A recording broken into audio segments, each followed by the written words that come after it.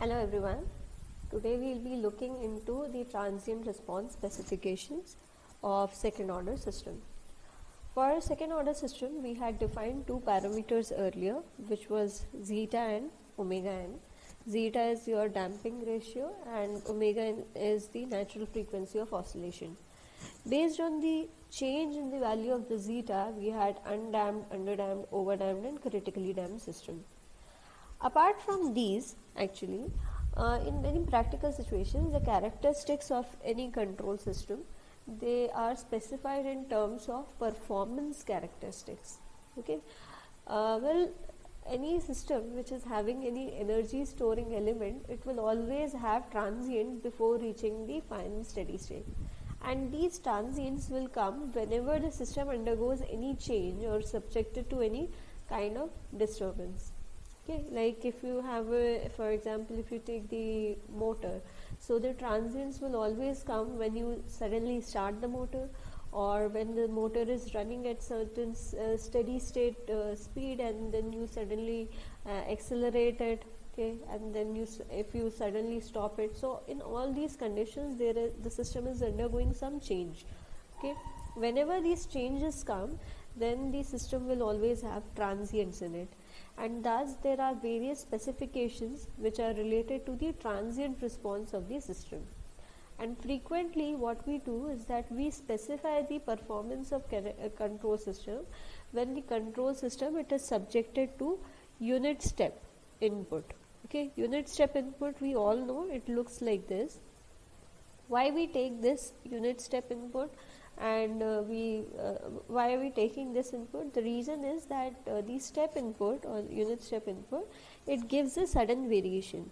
So when the value of t is less than 0, in that case the output is 0, the value of ut is 0, and when at t equal to 0 you are suddenly giving this rise. Okay, so due to this, the system undergoes sudden disturbance, hence transients will occur in the system. And also if we have the results for the step input, then we can always find the response of the system with the other inputs as well. Hence, with the input as the step input, we define various parameters for the transient response, and they are like those parameters are rise time, peak time, maximum overshoot MP, settling time, and also delay time. Now these time domain specifications, they are quite important. They are very important. The control system, it should exhibit acceptable time responses as they should be modified. So we'll see how the specifications for the control systems, they are defined, and how they should be, why they should be under acceptable ranges. If the specifications this shown, if these are known, then also we can know the shape of the output response. Like, it's not important that you should know that what is the value of zeta or omega n. Even if you know these specifications, then also you can understand that what is going to be the nature of the curve of output. Okay. And now in general, in most of the cases, the control systems, they are designed which should exhibit fast response most of the time, and it should be sufficiently damped. Hence the damping ratio that we generally take for any control system, it is between 0.4 to 0.8. So the value of zeta that we generally take is between 0.4 to 0.8. It is generally suitable for the general purpose control systems, unless we have a system where oscillations cannot be tolerated at all. Okay. Now if the damping ratio, that is zeta, if suppose you make this zeta less than 0.4, then there is too much of overshoot. Okay, this thing that you can see in the control system graph, this is the if this is the final steady state value, then the rise above this final steady state value, this is known as the overshoot. Okay. If the value of zeta is less than 0.4, then there is going to be too much of overshoot. Also, if the value of zeta, if it becomes greater than zero point 0.8. Okay, why we generally take between 0.4 to 0.8, that I'm explaining. Because if you take the value of zeta greater than 0.8, then the system becomes very slow or it becomes very sluggish. So there is always a trade-off between the maximum overshoot and the settling time. Okay, and we always try to, if you want to, like suppose if you want to decrease this, then the settling time will increase.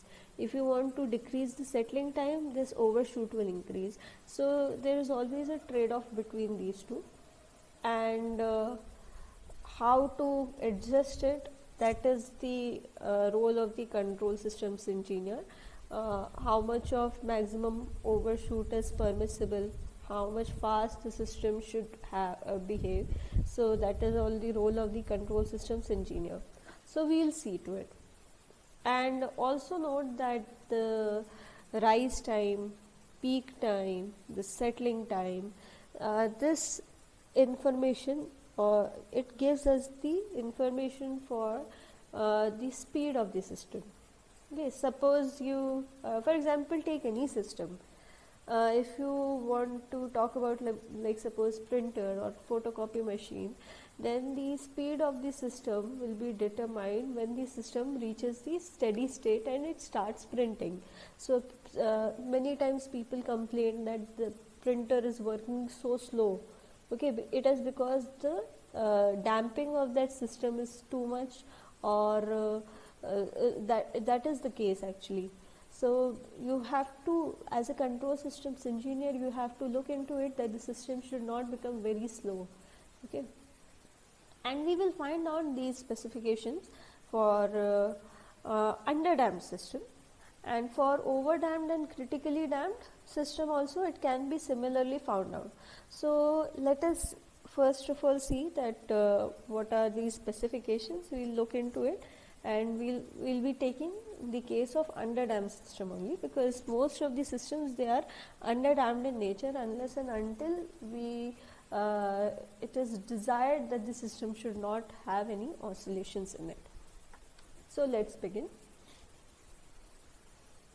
First of all, rise time.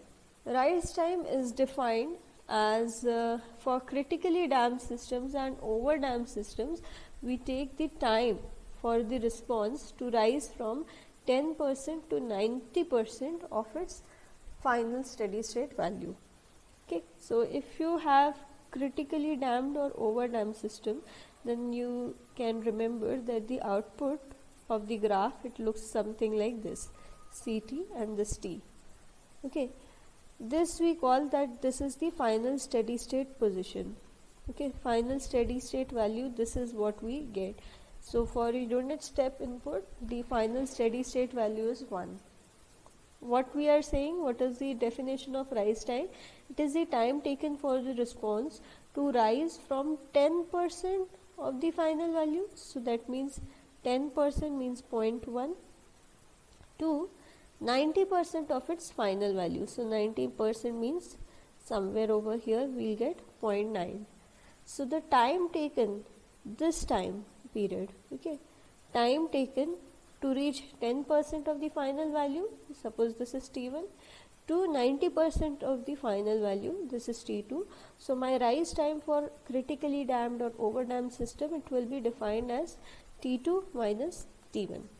This is the definition for rise time. And for underdamped system, for underdamped systems, here you can see that we have shown the graph. This is the graph for underdamped system. It is the time taken for the response to rise from 0% to 100% of its final steady state value. And one more thing should be specified, that generally the rise time, it's taken when it hits the 100% for the first time. So for the first time, when is this output reaching 100% of its final steady state value, then we call this time, this complete time, this is known as rise time. Okay, this is known as your TR. Now to find this TR, we'll have to we'll just figure out. I've written that this TR is equal to pi minus phi by omega t, but how to find it? I'll just we'll solve it. Okay, so for transient response specifications, second order system, this is the transfer function of the second order system, and we have we know that the output for underdamped case, this is for underdamped case. Okay, so for underdamped case, the response, the time response output is given as 1 minus e to the power minus zeta omega n t upon under root of 1 minus z square sine omega dt plus phi, where omega d is omega n under root 1 minus z square and phi is tan inverse of under root of 1 minus z square divided by z. We have to find out the rise time for the system. So we said that the rise time is the time taken for the output to reach 100% of the final steady state value. Okay, so final steady state value of this is 1. So the output should become equal to 1. Okay, we have seen the graph. So the graph, it looks like this. What we are saying is that it is the time taken for the graph to move from 0 to 100%. Okay, this is 100% of the final steady state value. So this time TR, this will be the time TR. Okay, now how can we find this TR? We know that the equation of CT is this one, and we just have to substitute certain value in this CT. We have to satisfy this condition. So the condition is that at T, at CT, when this CT is reaching, when this output is reaching this point, that means when this output is becoming 100% of the final steady state value. And what is 100% of the final steady state value? If you apply unit step input to it, it's actually equal to 1. So we can say that CT is actually equal to 1 when your time is equal to TR.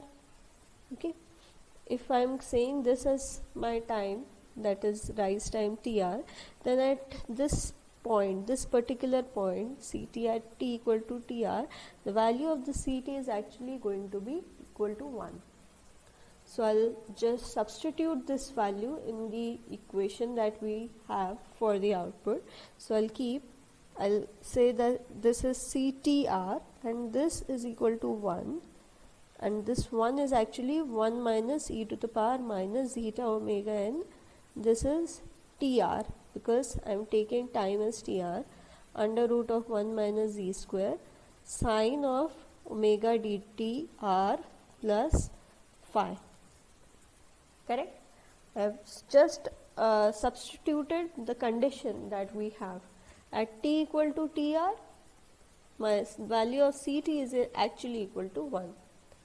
So from this equation we can see that these two will cancel out, and this complete thing, it will be equated with 0. So I can also write this as this complete thing becomes equal to 0. So these values will become they'll just go, and the thing that I'll have over here will be sine omega dtr plus phi. This should be equal to 0. Okay, this is the condition that I am getting. Now if I have this condition that sine dtr is equal to if I have this condition that sine omega dtr plus phi equal to 0, then I can write this as omega t dtr plus phi. This should be equal to n pi. Why? Because the value of sine is 0 for all the values of 0, pi, 2 pi, 3 pi. So for all these values, we have the value of sine equal to 0, hence I can equate this as omega dtr plus phi equal to n pi, or we can write tr will be equal to n pi minus phi divided by omega t. Okay, so this is my value of rise time. Rise time is nothing but equal to n pi minus phi divided by omega d. But what we have said that rise time is actually taken only when the first time this output reaches 100% of the final steady state value. So this is the rise time, this is what we define as the rise time. Why we are getting this n over here? It is because this system, actually this condition will be satisfied in not only this case but also in other many cases. Like at this point also this CT's values is becoming equal to 1, this point also it's becoming equal to 1, this also, this also, this also, and so on. So and all these values, this same condition is being satisfied, hence we have got this n pi minus phi divided by omega d over here. If I substitute the value of n is equal to 1, that means this is the first time when this condition is happening, hence that I will write it as rise time. But if suppose someone asks you that what is the time taken for the output to reach this point, okay, this, and I suppose write it as tr1, then for that you will have to substitute this value of n equal to 2. So it will be 2 pi minus phi divided by omega t, and so on. For the other values, these are integers, you just have to substitute these values and you will get the time for these intervals also. Okay, so this is what it is. And to find the value of tr, suppose this is for the underdamped case that we have taken. Now for overdamped and critically damped system, if you want to find the value of tr, then you know that the graph, it looks like this for overdamped and overdamped, critically damped, and for that instance it also the graph is similar for first order systems also. And the rise time for first order systems is also defined as the time taken for the output response to go from 0.1 to 0.9% of the final steady state value. Okay, so the definition for rise time, it's actually same for overdamped, critically damped, and your first order systems. So if you want to find out that what is going to be the value of this tr, just what you have to do, suppose you have the equation of CT. Okay, if you know the equation of CT, then what you do, first find the value of CT at time, like if this is T1 and this is T2, then the value of CT at T1, it's going to be 0.1%. You can write it as 1% of the whatever final steady state value that you have, that you know. This should be equated with the equation of CT that you have for that condition. For overdamped system, what is the equation for CT? For critically damped system, what is the equation of CT? For first order systems, what is the equation of CT? So you have that equation of CT. Just substitute on the left hand side, just take 1% of the final steady state value. So you will get the value of T1 from this equation. Similarly, you can find the value of T2 when you substitute this left hand side as 90% of the final steady state value. So you can find out T2 and then just subtract this T2 and T1 and you will find out what is the value of your rise time. Okay, so I hope it is clear now. Next, what we are going to do, we will look into the next specification. The next specification is your peak time.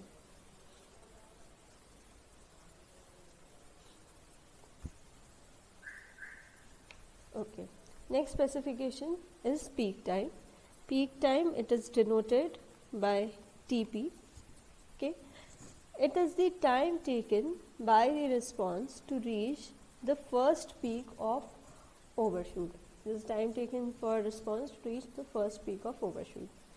And just note that this specification, it won't be defined for first order systems or overdamped or this is critically damped systems. It won't be defined for overdamped or critically damped or first order systems, because in those systems you don't have this overshoots in the output. So as those systems, they don't have any oscillations. So overshoot actually means that how much the output is going over the final value. Okay, like if this is the final steady state value, then if the output goes beyond this value, then how much is this going, this particular thing, this is known as the overshoot. Okay, it is defined only for underdamped systems. And the next thing is that I've written this value Tp is equal to pi by omega d. But how to find it? Let's again find it using the expression of the output. To find the value of Tp, our aim is to find the value of Tp, that is the time taken for the output to reach the first overshoot. This first overshoot, it is occurring over here. So we have to find out what is the time taken for the response to hit this first overshoot. And in order to find this, we need to find the time taken by the system when there is a maxima. This is actually a point of maxima in the output curve. This is the curve that we are having. Okay, so we have to find out the position, the time to when this output is hitting this first maxima. And in maths we have already studied that the maxima or minima of any curve, it is found by differentiating the equation, and then you find out what is the condition. So what we'll do, we'll simply write the equation of Ct, that is 1 minus e to the power minus zeta omega nt divided by under root of 1 minus z square sine omega dt plus phi. We'll differentiate this Ct, okay, we'll differentiate it and then we equate it to 0. This is the condition when you get the this is the condition when you get the value of when you equate it to 0. Then you can find out what is the condition when this maxima is hitting. Okay, so I'll simply do the differentiation of this equation. So when we do dct by dt, differentiation of 1 will be equal to 0 minus, okay, we have two terms over here, so the multiplication of two terms. So what we'll do, we'll differentiate with the first keeping the second constant, plus differentiate the second keeping first at the first as constant. So differentiating first term, that is e to the power minus zeta omega n t, it will become minus zeta omega n e to the power minus z omega n t multiplied by sine omega dt plus phi. Okay, this is a constant 1 minus z square, then plus, this is the first term that we get, plus you keep the first term and differentiate the second term. So I'll just keep the first term as it is, that is e to the power minus zeta omega n t divided by the root of 1 minus z square, and I'll differentiate my second term. So if I differentiate it, I'll get omega d in front. Omega d also I can write as omega n 1 minus z square, because omega d is equal to this value. Okay, so I'll take this, then this will be cos of omega dt plus phi. This is the value, and this I have to equate to 0 to find the condition for maxima of the system. Now from what we are getting, I can cancel this under root 1 minus z square, this is common, this omega n is common, I can cancel this, I can cancel this value e to power minus zeta omega n. The final equation that I'll be having, it will become equal to, this is I can write this term first. So under root of 1 minus z square cos omega dt plus phi minus zeta sine omega dt plus phi, and this is equal to 0. Now we also know that this actually value under root of 1 minus z square, it can be written as sine phi, and this zeta, it is written actually as cos phi. This we had seen in one of the previous lectures. So I can rewrite this equation as sine phi cos omega dt plus phi minus cos phi sine omega dt plus phi. This is equal to 0, and this term, this is taking the form of sine a cos b minus cos a sine b, and that is sine a minus b.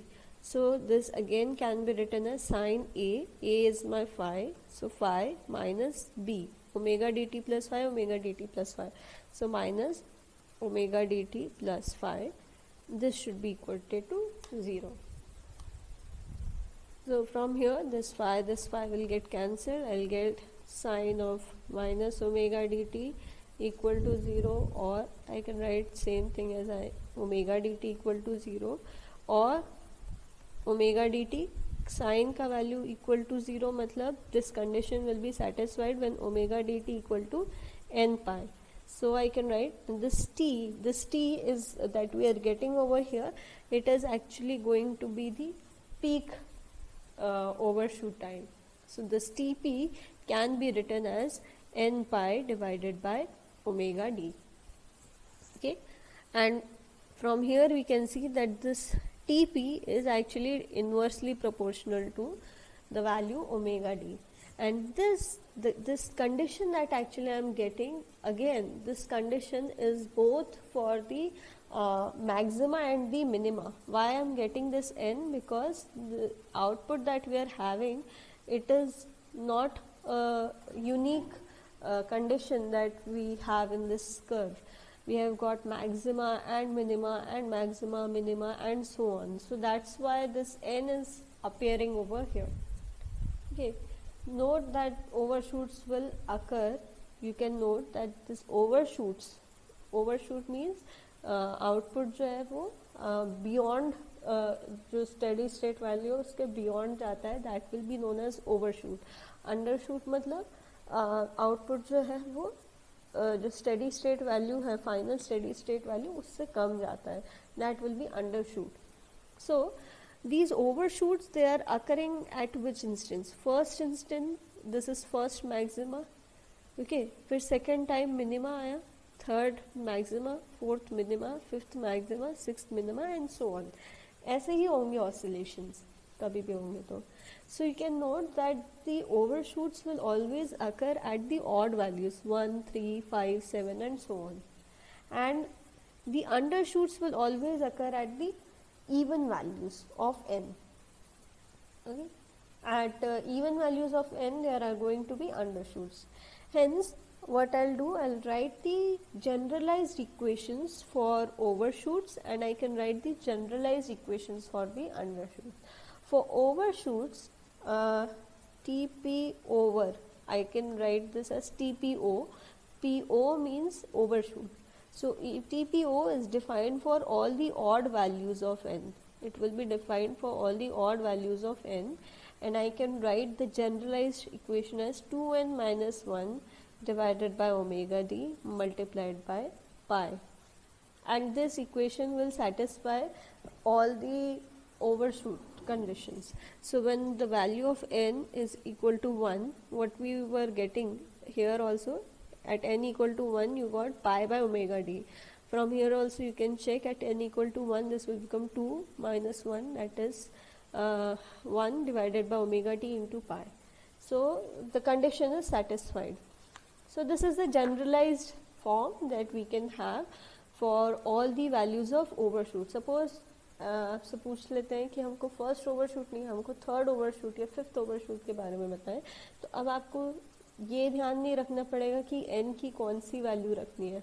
मतलब third नहीं, this is first overshoot, this is second overshoot. So here you just have to substitute the value of n as 2. तो ये हो जाएगा 2 - 1 that is 3 divided by omega D. तो अपने आप ही इसमें आप जैसे आपको पूछा जाता है कि सेकेंड ओवरशूट निकालना है, तो अपने आप just substitute n is equal to 2 only. You don't have to remember that this is first और सेकेंड की थर्ड कौन से लेवल पे आ रहे हैं, पहला ओवरशूट है तो दूसरा अंडरशूट है, उसमें कन्फ्यूजन होता है. ये फार्मूला जनरलाइज फार्मूला है to find out the all the values of time when the overshoot occurs. And similarly I can also have the generalized equation for the undershoot. So TP undershoot can be written, it will be for only, it is defined for all even values. Okay, उसके लिए आप अंडरशूट में मतलब आपकी हमेशा n की even values को आप लेते हैं, तो इसके लिए हम ले सकते हैं 2 pi n divided by omega T. Now if you want to find the first undershoot, just substitute n equal to 1, तो 2 पाई बाय ओमेगा डी. जो आपका पहला इक्वेशन था उसमें भी आपको अगर n की वैल्यू आप 2 रखते तो भी आपको सेम चीज़ आती. So now you don't have to worry about कि कौन सा अंडरशूट के लिए आपको n का क्या वैल्यू रखना है. Just remember this formula, it's valid for undershoots. So just keep the value of n, first undershoot n की वैल्यू 1, सेकेंड अंडरशूट n की value 2 and so on. So but generally what we generally if you are asked that you have to find the TP, that is peak value, the peak time, then it is only defined for the first time the overshoot it takes place. Okay, so that is defined as omega d divided by pi divided by omega d. But also if you want to find the other values as well, then you can always put the value of n in the other formula and find out what are the values of time. In the previous case, we have seen that the time taken for the response to reach the first peak, it is written as Tp equal to pi by omega d. And this specification is, the specification now we are going to discuss will be Mp. And this specification is talking about the magnitude of this peak. Suppose we are, let's suppose like we are talking about voltage. Okay, in any system there is a voltage that is undergoing some transients. Okay, so what we are saying that when this undergoes the transient, what is the maximum value of voltage? What is the value of voltage when it's hitting this peak? Okay, what is the overshoot?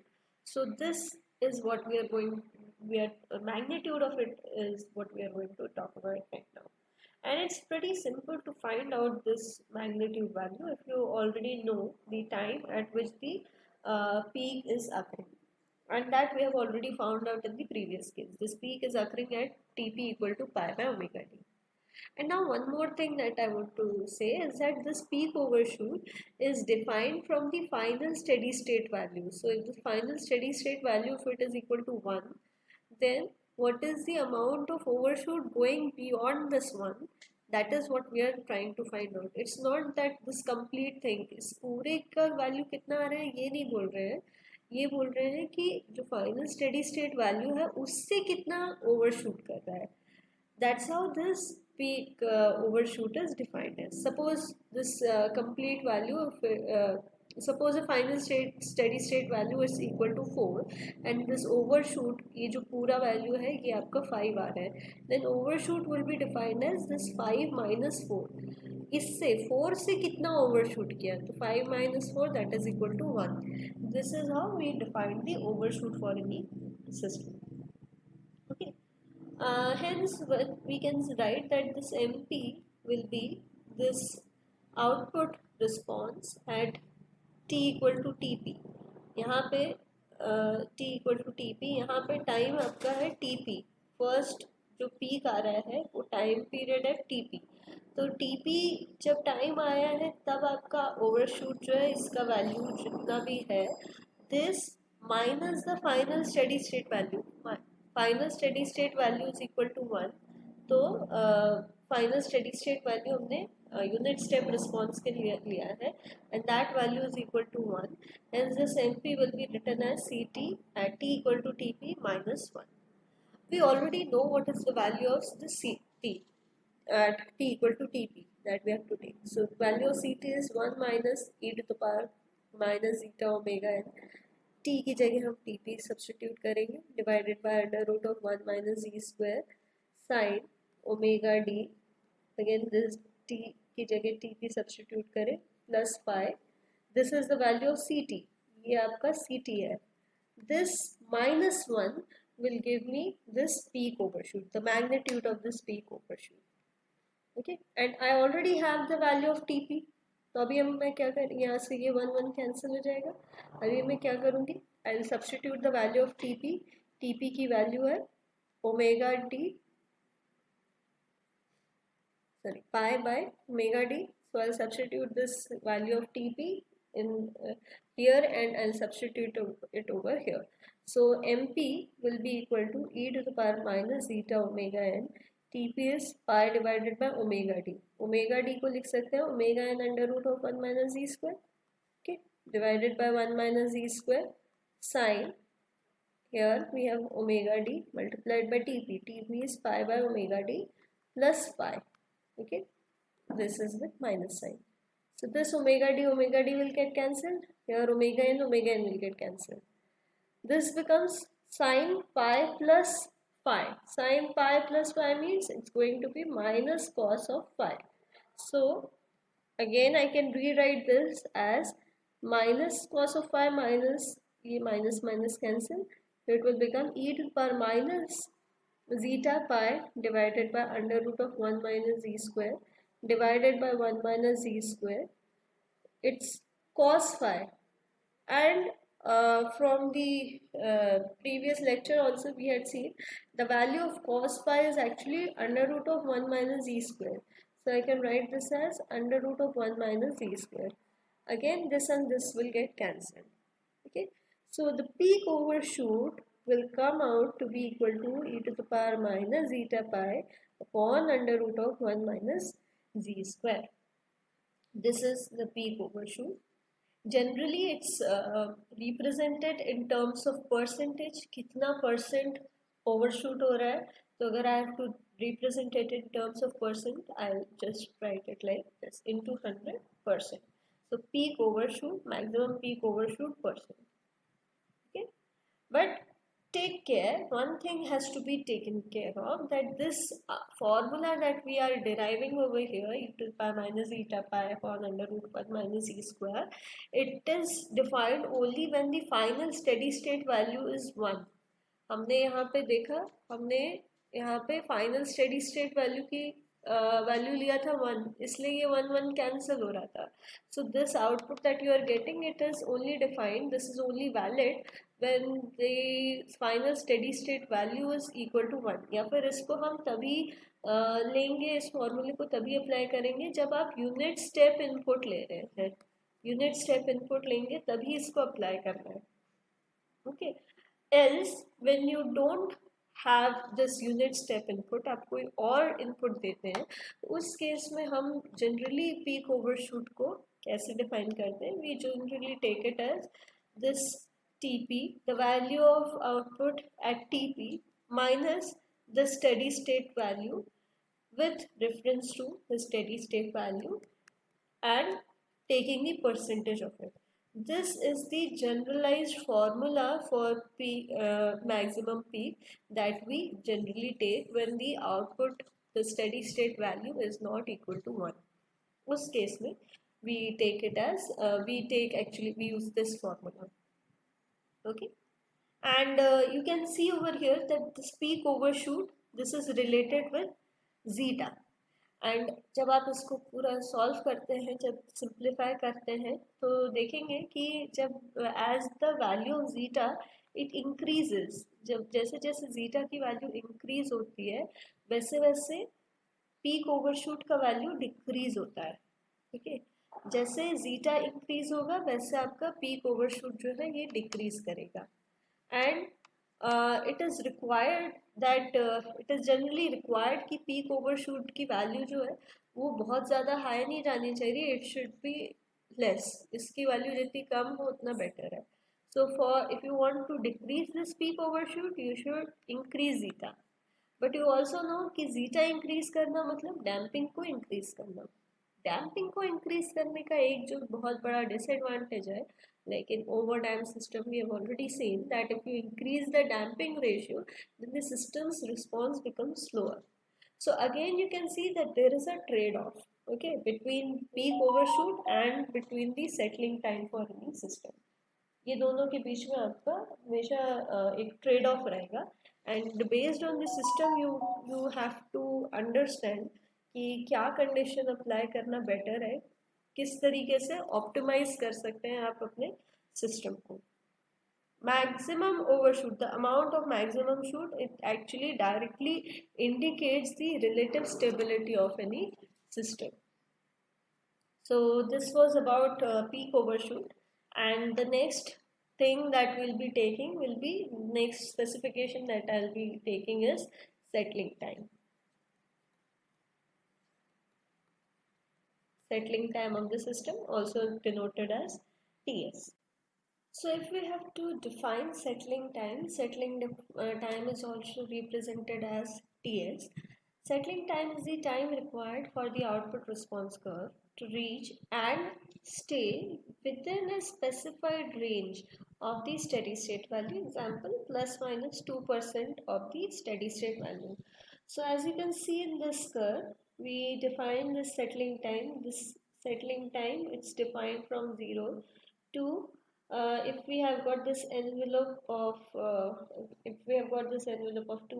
or 5% of the final steady state value, then this will be your settling time of the system. Okay, this is the allowable tolerance. So we can say that it is basically the largest time constant.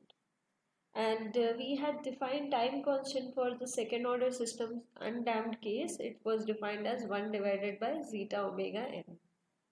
And we had also said that for overdamped system we get larger values of time constant, and if the values of time constant, if it is increasing, that means that the system will be slow in nature. Okay, and it's like you have seen the example of ammeter earlier also. So if you have got an ammeter and analog ammeter and say that it has a scale like this, okay, and then you have got a pointer, so the pointer will actually point towards the uh, whatever value of current is flowing through the circuit, that will be indicated through this pointer. So if you have got the scale like this is 0 1 2 3, and suppose 4, and suppose you apply current of 2 ampere through the circuit, hence this pointer should now come whether as soon as you apply this 2 ampere, then this pointer should come and settle at this 2, the value of 2. Okay, but it doesn't happen. So what happens is that if that's a second order system, and if it is not over damped or critically damped, then the system is basically what we use as an under damped system. So this pointer, it will oscillate, it will have certain oscillations. So what it does, this pointer, it moves ahead a bit and then it again comes back. So if it's moving ahead like at it's moving first at 3, then it will come back and it will move towards 1, then again it will go further, but now this it won't go till 3, it will settle somewhere before 3. So it will settle suppose at 2.7, then again it will come back somewhere about 1.3, and so on, and finally it's going to come to this 2. Finally it's going to indicate this 2. So when this is happening, we say that we are going to observe the time for the system to settle down, or we are going to observe the time for this pointer to settle down. But we can allow some tolerance to it. Suppose we say that the tolerance that we are allowing is that if it's plus minus 2 ampere, if that is allowed, that means, or suppose plus minus 2 is a large value, plus minus 0.2 amperes is the value that we can tolerate. That means that this pointer, when it is reaching, it's oscillating, but when the oscillations, they reduce to such a value that it is going till 2.2 and then coming to 1.8. Okay, then at this point we can say that the system has settled and the final steady state has been reached. So this will be known as your tolerance limit or tolerance band. And we are saying that the system has settled. At this settling time, it is basically defining that the steady state has been reached. Or we can say that, like, if we are in a hurry, we have to just see approximately what ampere is coming, and we are not really bothered about whether it should be very precise. Then you can say that even zero point 0.5 plus minus zero point 0.5 of variation, it can be tolerated, but we have to observe when the system is coming to such a point that the it's moving suppose till 2.5 and coming back to 1.5, and then in this case also we can observe that okay, uh, this is the amount of current that is flowing through the circuit, and hence we'll say that this is the time taken for the system to settle down. So we can say that this is how we define the tolerance band for any system, and it can be different for different systems. Okay, it depends on what is the tolerance band that we are choosing basically, and generally it's not defined for these absolute values. Generally we define these tolerance bands in terms of percentage, like plus minus 2% of the final steady state value, or plus minus 5% of the final steady state value, plus minus 4% of the final steady state value, and so on. So this is how we define the tolerance band.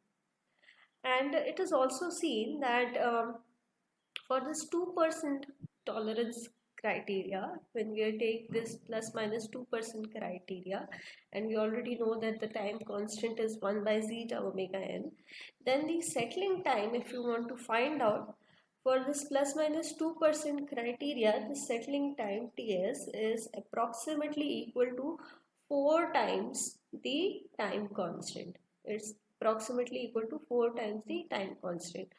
The detailed version of this I had also shown in case of first order systems, I think, that how you can come to the point, like how you can relate the time constant and the errors. Okay, so there also in the video I had shown that how you find it. You can check that video out, first order systems. So what I'm saying is that for 2% criteria, the settling time can be taken as 4 times of the time constant, and for 5% criteria, if you say that the allowance band it's 5%, then the time constant settling time, it comes out to be equal to 3 times the time constant. Okay, hence we commonly take these two values, we commonly take this. Okay, in this graph also you can see that we have this 2% criteria, that means 0.02, it's very limited. Okay, and then we have got this 0.05% criteria when this final oscillations they are taking place. Okay, these oscillations are taking place, the system has not yet become 1, its value has not yet become equal to 1, but the output is oscillating and the output oscillations have reduced to plus minus 0.5% of the final steady state value. So this can be taken as the time constant for plus minus 5%. If you want to take it for plus minus 0.02 as the criteria, then here you can see it's achieving that, and this can be Ts if you are taking for 2% criteria. So this is how you define the system's settling time. Okay. So well, moving on, next thing that we'll be seeing is delay time. Delay time is also defined. It is defined as the time required for the response to reach half the final value for the first time. And this can be easily found out using the equations of CT. If you have the equation of CT, you know the equation of CT, then just keep the value of just keep the CT value equal to zero point 0.5 for if you have applied unit step input, and then you can find out what is the time taken for the output to reach zero point 0.5. So that will be defined as the delay time for the system. So now we have studied the various specifications. We studied about rise time, peak time, settling time, peak overshoot, delay time. And for a system, for a control system, for a good control system, it's generally required that the values of these rise time, peak time, settling time, these values should be less. Also, this peak overshoot, its value should also be less. These values should be less because that depicts that the speed of the system is good. That means the system is reaching the steady state faster, and the value of peak overshoot, it should also be less. Like suppose you have got an example. Suppose there is a system where due to certain disturbance the voltage it oscillates, and the voltage graph, it's a second order system, and the voltage graph it moves like this. So the time period is this voltage, the final steady state voltage that it should attain, suppose it is 50 volt. Okay, it should attain 50 volt after the sudden disturbance. But what is happening that due to the transients, suppose this voltage it is overshooting, and this overshoot voltage it's coming out to be like more 10 volt more. So suppose it's coming out to be equal to 60 volt. Now, if the system is having an over voltage, then certain kind of faults can happen. If suppose the voltage is exceeding, then it might happen that the systems, whatever wires the current carrying wires, their insulation capacity, it can rupture due to this over voltage. So such kinds of faults are very common in nature, and hence we should see to it that whatever peak overshoot, if it is coming in any system, then it should be under the allowable tolerance. Okay, like it's given in the specifications, for example, that suppose the tolerance nature for certain system it's only plus minus 5 volt, and if the voltage exceeds this much, then some kind of insulation rupture can happen. So that's why it's important that this value, peak overshoot value, it should also be less in nature. And we had seen that in order to reduce this peak over voltage, okay, if you want to reduce this peak over voltage or peak overshoot, in that case the value of zeta should be increased. Actually, when zeta is increased, then the overall performance, you if you see, observe it experimentally, then this also decreases. But as the zeta value increases, if you increase the zeta value, then these values will also increase. Okay, the settling time especially, it increases as the value of zeta increases, and if this increases, that means that your one quantity is decreasing but other quantity is increasing. But for a good control system, all these values it should be reduced.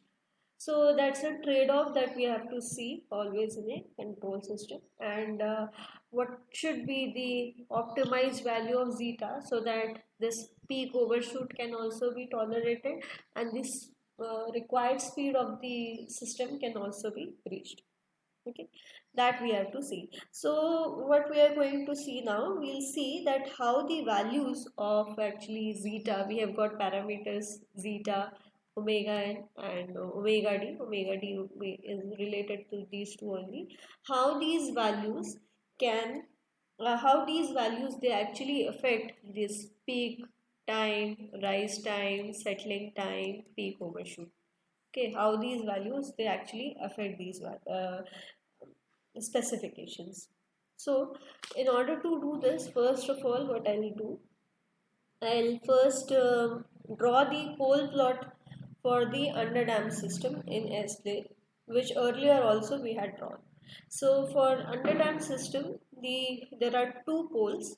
The two poles they lie at minus zeta omega n plus minus j omega n under root of 1 minus z square.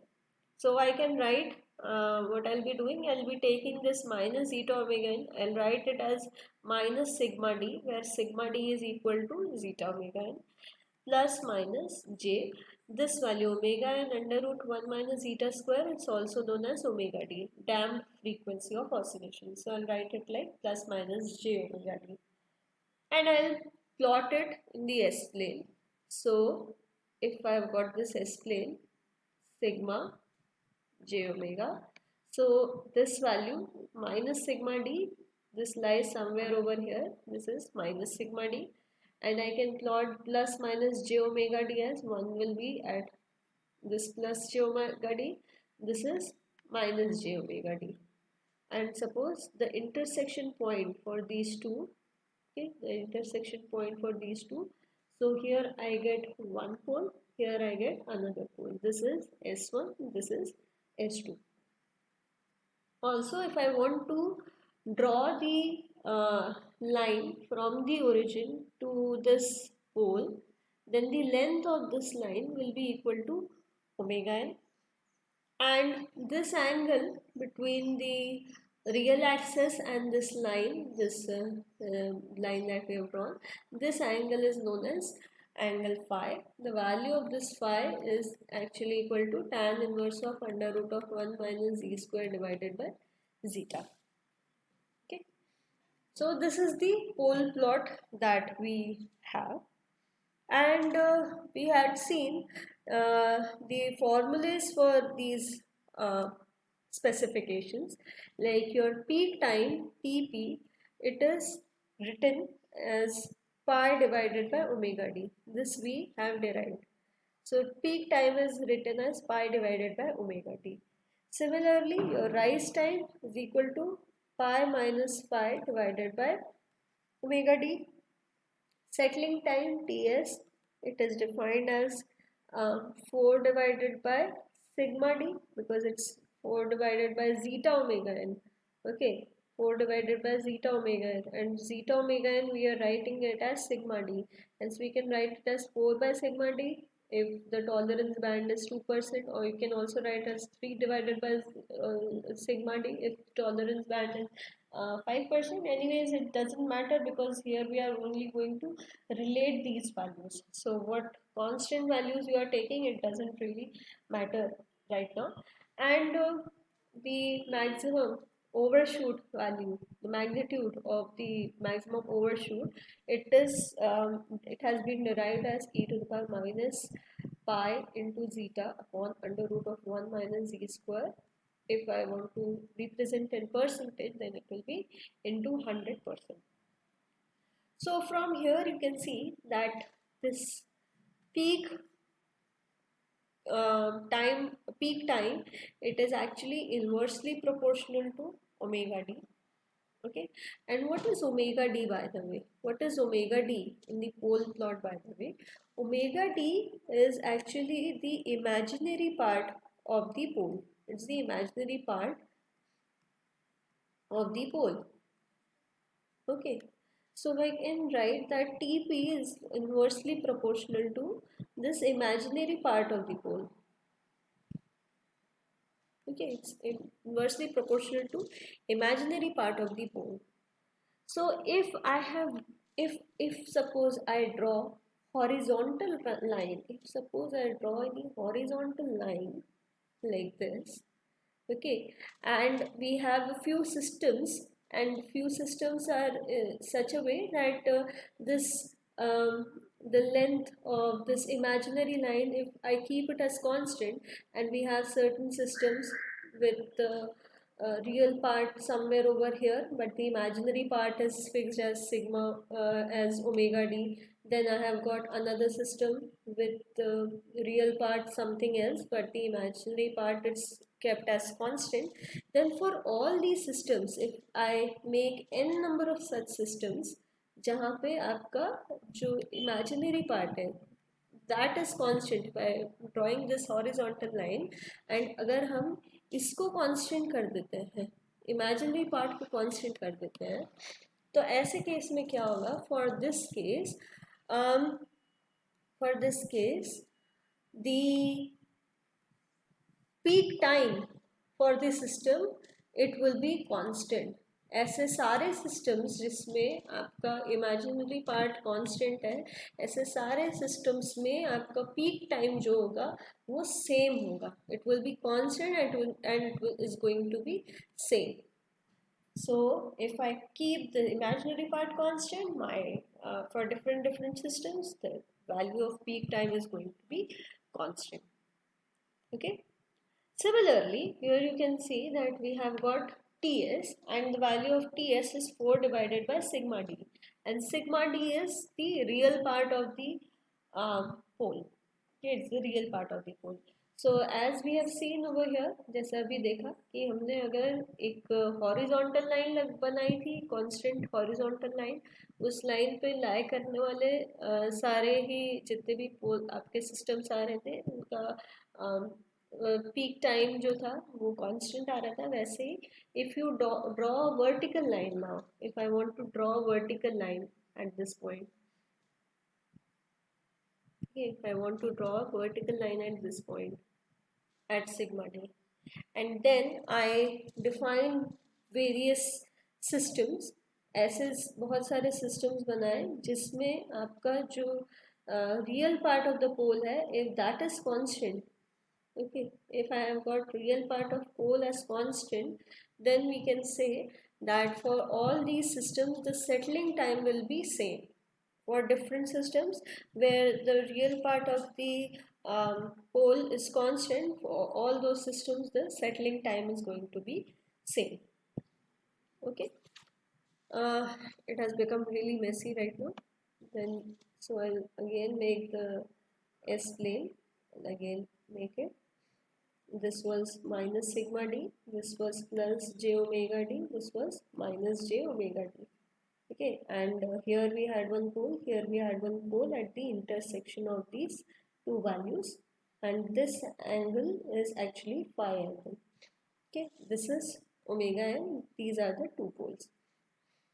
Now we have seen that if you fix this imaginary part, then your peak time will be constant. If you fix this real part, then the settling time is going to be constant. Okay, if we are doing this, and similarly here you can see that what is peak overshoot. Peak overshoot के फॉर्मूले में आप देखोगे कि यहाँ पे कोई omega N का टर्म नहीं है. It is defined only in terms of zeta. So it's only a function of zeta. And what is zeta, by the way? Zeta is defined as cos of phi. यहाँ पे इस triangle में अगर आप cos phi निकालेंगे तो cos phi की value आ जाएगी आपकी, this is zeta omega n, hypotenuse is omega n. So if you find out what is cos phi, then zeta will be equal to cos phi only. So the lines having constant, the lines which are having constant value of angle, मतलब ऐसी line जैसे यहाँ पे हमारे पास बहुत सारे different systems हो सकते हैं. कुछ सिस्टम हो सकते हैं जिसमें रियल पार्ट यहाँ है, इमेजिनरी पार्ट यहाँ है, but this angle is constant. There can be another system with real part at this point, imaginary at this point. But if I keep this angle as constant, then for all those systems I can see that this peak overshoot value will be constant. This value is going to be constant for all those systems. So I'll quickly show you how things change. Okay. Here you can see that for the second order system, second order underdamped system, as I had said that if we are having this is the S plane, and if you are having poles location in such a way that here what we have seen, this is minus sigma d, and somewhere here you will be having j omega d. Okay, so what we are doing in this case is that we are increasing the value of omega d. आप damping frequency की value को increase करते चले जाओ, but keeping the value of sigma D S constant. So if you keep the value of sigma d as constant, if you keep on increasing this value, जैसे जैसे आप location, this is the horizontal line that I was talking about. So if you are increasing this value, but if you are keeping this as constant, okay, यहाँ पे आपका real part जो है वो constant है, आप सिर्फ वर्टिकली मूव कर रहे हैं, हॉरिजॉन्टली कोई भी मोशन नहीं है. So in that case you can say that as your time constant it's inversely proportional to sigma d. If I am keeping this as constant, then for all these systems, जैसे 1 है, 2 है, 3 है, तो आप देखोगे कि ये आपका ग्राफ है, 1 का ग्राफ है, this is the graph for 1, this is the graph for 2, this is the graph for 3. For 3 you can see that frequency of oscillation has increased. Oscillation frequency 3 के ग्राफ को देखो, this is third graph, frequency increased है, but the system is settling at the same point. 2 का graph it's pretty light, so here this is 2 graph of 2. यहाँ पे भी आपका frequency third से कम है, but the system is settling at the same point. And 1 का graph, this is 1. Okay, here again frequency is reduced because omega d की value कम है, but the settling time for all these three systems, it's the same. Let's see the next. The next case I have taken this graph. Here you can see what we have done. We have kept this imaginary value. We have drawn actually the constant horizontal line. तो imaginary axis का value जो है ये हमने constant कर दिया, and we are varying the poles along the horizontal line.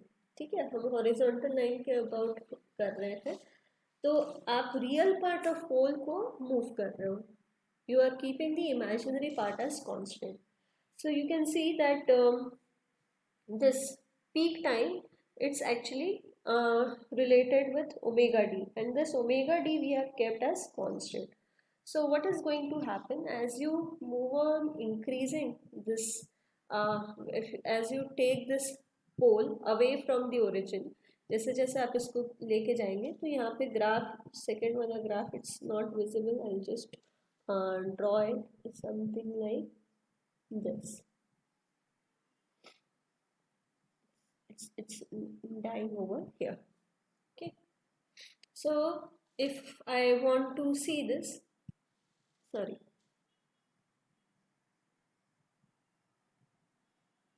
it's dying over here. Okay, so if you want to check this, then the frequency of oscillation for both the curves, that will be same, क्योंकि हमने omega T की value constant रखी है, तो दोनों same frequency को oscillate करेंगे. But जैसे ही आपका जो फर्स्ट सिस्टम है having the pole nearer to origin, इस केस में आपका सेटलिंग टाइम जो होगा वो क्या होगा, it will be more. Zeta की वैल्यू क्योंकि लेस है, तो सेटलिंग टाइम की वैल्यू आपकी ज़्यादा होगी. आप जैसे ही इसको इंक्रीज कर देंगे, दिस जीटा ओमेगा एन की वैल्यू को जैसे ही आप इंक्रीज करेंगे, तो settling time is going to reduce. जब आप इसकी वैल्यू को इंक्रीज करेंगे, the settling time is going to reduce. So for the second case, the system is going to settle much faster than you compare it with first case, but in both the cases the the damped frequency of oscillation, that will be fixed, that will be constant. And let's see the third case. The third case that we discussed, कि आप अगर angle को fix कर देते हैं, अगर आप phi की वैल्यू को फिक्स कर देते हैं, तो ऐसा कौन सा पैरामीटर है और कौन सा स्पेसिफिकेशन है which is actually entirely dependent on the zeta value? Its peak overshoot. Okay, so what we are doing, we are keeping this phi fixed, but we are moving the pole along this line. ठीक है, इस line के along आप move करेंगे, by keeping phi as fixed. So you have got three curves over here. एक ये है, एक ये है, एक ये है. Okay. So these are the three curves. Now you can see that both, like at this one position, ये omega d1 है, ये sigma d1 है. At two position, this is omega d2, this is sigma d2. And at omega 3, this 3 position, this is omega d3 and this is sigma d3. तो जैसे जैसे आपका third case जैसे देखते हैं, थर्ड में हाईएस्ट फ्रीक्वेंसी है, so this is going to have more frequency as compared to 2, as compared to 1.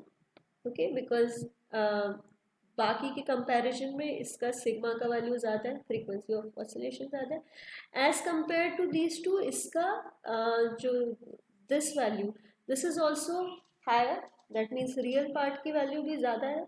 Real part की वैल्यू ज़्यादा है मतलब सिस्टम पहले सेटल डाउन हो जाएगा as compare to 2. And finally जो सबसे लेट सेटल होगा वो आपका सिस्टम जो 1 है, ये आपका सबसे लेट सेटल होगा, क्योंकि इसमें इस केस में आपका सिग्मा जो रियल पार्ट है उसका वैल्यू भी काफ़ी कम है. But for all these three systems as this angle is constant, क्योंकि ये एंगल फाई कांस्टेंट है, इसलिए इन तीनों ही सिस्टम में ओवरशूट की वैल्यू जो होगी वो भी आपकी कांस्टेंट ही होगी. So this peak overshoot is going to be constant for these three systems. And this is how we can, like if you want to design any control system, okay, then uh, you should know that how the values of sigma omega d these affect the system, कैसे इनकी values system को affect करता है. अगर आपको ये basic knowledge पता होगा कि कैसे कैसे सिस्टम आप सिग्मा की वैल्यू आप इंक्रीज करोगे तो सिस्टम में ऑसिलेशंस कैसे होंगे, उसका टाइम रिस्पॉन्स कैसे होगा, ठीक है. If you know this how this peak overshoot is going to get affected if you vary these values, then you can very easily design and optimize any control system. So for today I'm going to wind it up right now. In the next lecture I will be taking certain questions for the time response analysis, and that will make the things much more clearer to you, because the theory part I have covered right now. Now I'm going to deal with certain numericals. So thank you for listening.